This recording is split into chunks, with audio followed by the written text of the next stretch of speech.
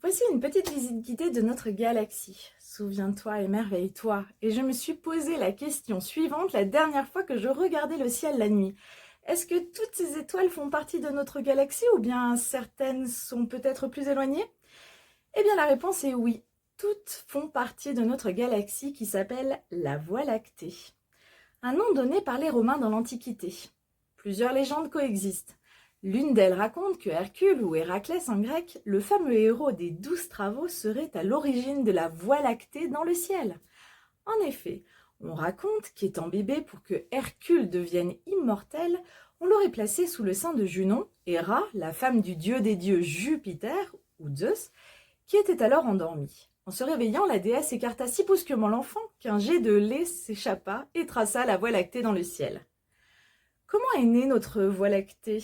Cela s'est passé il y a 10 milliards d'années. L'ancêtre principal de notre galaxie est entré en collision avec une petite galaxie appelée Gaia Enceladus pour donner naissance à notre galaxie. Un choc qui aurait ainsi généré de nouvelles étoiles pendant 4 milliards d'années.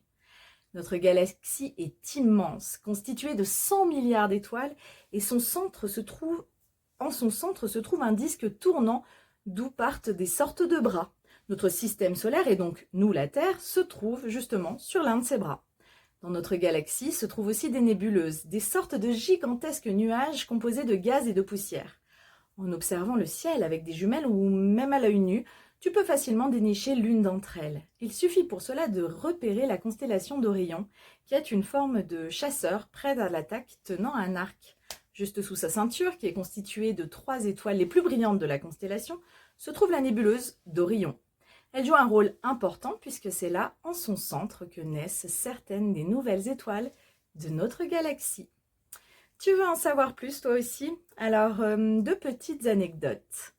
Un immense trou noir se trouve au centre de notre galaxie. Et oui, il s'agit de Sagittaire A.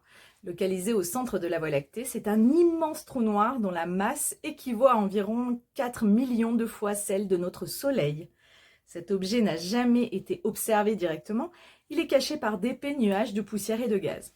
Mais les astronomes ont pu observer l'orbite des étoiles et des nuages près du centre de la galaxie et par ce biais calculer la masse de ce géant cosmique dissimulé.